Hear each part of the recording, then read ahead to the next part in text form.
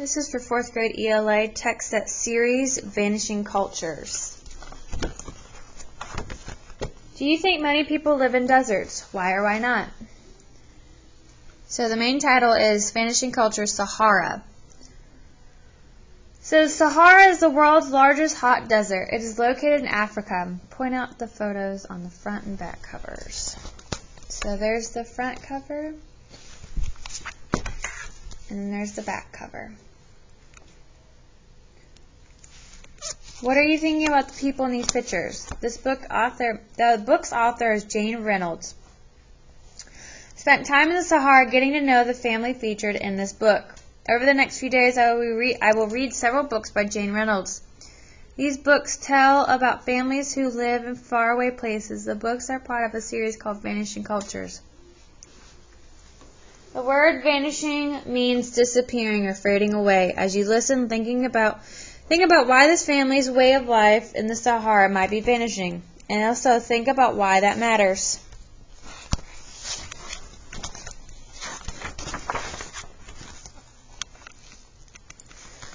Introduction. The Tuareg live in the middle of a dried, hot land called the Sahara, the largest desert on earth. They make simple, portable homes out of dried grasses and camel leather so that they can easily travel from place to place to find water. Because they move so often, they are called nomads, and when they travel with their camels carrying the few items they own, they are called a caravan. Sometimes the Tuareg make long journeys called trade caravans, traveling great distances across the desert to exchange such items as salt and dates with other people for items they need but cannot find in the Sahara. But this ancient way of life is disappearing. Airplanes and trucks crossing the Sahara have taken the place of the old trade routes and camel caravans across the desert. Although the Tuareg may appear different from us because of the way they spend their days, we all share the same feelings and basic needs. We really are all alike no matter where we live. We all belong to the same family, the human family, and every time a culture disappears, we lose a part of ourselves. Because of this, perhaps we should take a look at life in the Sahara before it vanishes forever. So the people featured in this book call themselves the Tuareg, and they are nomads. That means that they do not have a permanent home but move from place to place. What do you think about that? Why does Jane Reynolds say their culture is disappearing? As the sun drops behind the Hagar Mountains in the center of the Sahara, the largest desert on earth, a young boy named Manda asks his father to tell him a story about their tribe, the Tuareg. Evening breezes sweep across the hot sands, cooling the desert. Manda creeps closer to the fire, and his father begins his tale. Long ago, Tuareg men rode proudly on their camels. They covered their faces with cloth veils so only their eyes could be seen, making them look fierce and noble. They were called the Blue Men because the dark blue dye in their robes would rub off on their skin. The Tuareg rode camels in caravans carrying wonderful things like ostrich feathers, salt, parrots, and even ivory and gold. In the warm glow of the fire, Manda soon falls asleep. So look at the men shown in these photographs. Do they appear fierce and noble as Manda's father claims? What else do you notice about them?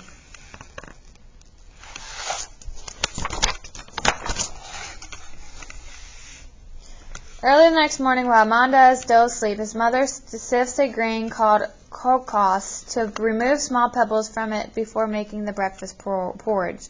Manda's little brother gathers the family's goats together so that his mother can milk them after breakfast. One little goat slips away to climb a tree and nibble on the thorny branches. After breakfast, Manda helps his father he holds a camel while his father removes the hobbles, pieces of rope or leather that tie a camel's leg together.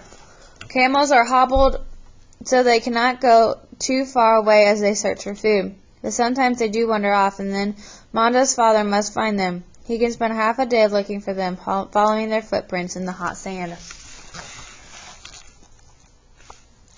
While Manda helps his father, his little brother stays cool in the shade tree, watching a neighbor woman use clay to turn camel hide into leather. She makes bags and tents out of the strong, tough leather. Manda's mother crushes sweet dried dates for everyone in the village to eat. She uses a large bowl to hold the dates and crushes them with a heavy piece of wood. Soon Manda's little brother visits the old woman who lives by the village garden. She cuts the end off a dried gourd so he can use it as a ball to play with. He also stops by the deep well to say hello to some friends who are getting water for their families. Although the desert is very hot and dry, there is water. After hard rain, it collects along narrow washes, and hardy grasses and flowers grow in these areas. The Turag know they will be able to find water following underground all year long in such places. With water, they can grow beautiful gardens in the desert. Manda's little brother plays in the village garden, measuring himself against the tall wheat. Even though the sun is going down, it is still very hot, but in the garden the air feels a little cooler. So what are you thinking about how Manda and the other children spend their days? The next day, while Manda and his little brother are letting the goats out and looking for their camels, their mother is making them pancakes for breakfast. She cooks them over an open fire inside their hut, and outside their father is making a sweet mint tea called atu, the favorite drink of the Turag. After breakfast, Mandi's father says he will need Manda's help. They are going to caravan their camels to the races at the camel festival. Once the camels are ready to go, Manda's can't help smiling with pride as he leads the caravan away from the village. So why do you think Manda feels proud? I wonder what he will do at the camel festival. Outside the village, Manda's father helps him climb into the saddle. Manda holds tight while the camel rocks back and forth as it stands up. Riding close behind his father, Manda guides his camel around the small bushes and large rocks of the desert. At midday, they stop to rest and eat. Manda is given the honor of carefully taking the saddle off his own camel. What does this photo of Manda's caravan help you understand about the Sahara?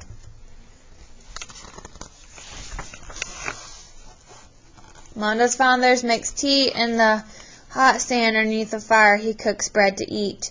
This is an important time for Manda. When the caravan reaches the site of the races, he will wear a veil for the first time. But his head must be carefully shaved so the veil will fit just right. When the caravan begins again, Manda sits proudly in the saddle, this time leading the caravan just like a desert trader of long ago. An evening approaches. Manda and his father stop at a friend's camp. Instead of grass huts, these Turag live in camel skin tents with walls made of woven grass. Nearby are large rock carvings made by people who lived in the desert long before Manda and his family. The next morning, Manda's father fills his water bag, which is made from the skin of a goat. The caravan still has a long journey ahead far across the desert sands. When they finally reach the site of the festivals, Manda's father puts his best robes and veil. Following tradition, Manda darkens the skin around his eyes and brow with ashes before putting on his own veil. Soon the riders gather. The camels are dressed in their finest saddles, hand-woven blankets, and decorations. The riders walk their camels slowly out over the hot sands. Then suddenly one man turns and shouts, "The race is on!" With their robes waving in the wind, the riders urge their camels to run faster and faster. But surprisingly, no one really cares who wins. For the Turag, it is the way a man rides his camel that is important. The style of the camel rider is the Turag's most valued art. It is the camel's dance about the race that is the most important event of the festival. The men show off their skills for the group of women they circle on their camels. In the evening, Manda gathers his camel to rest for the night. Manda loves living in the desert, and he's proud to be one of the Turag with his own camel. So let's talk about what this moment means to Manda. Who wants to start?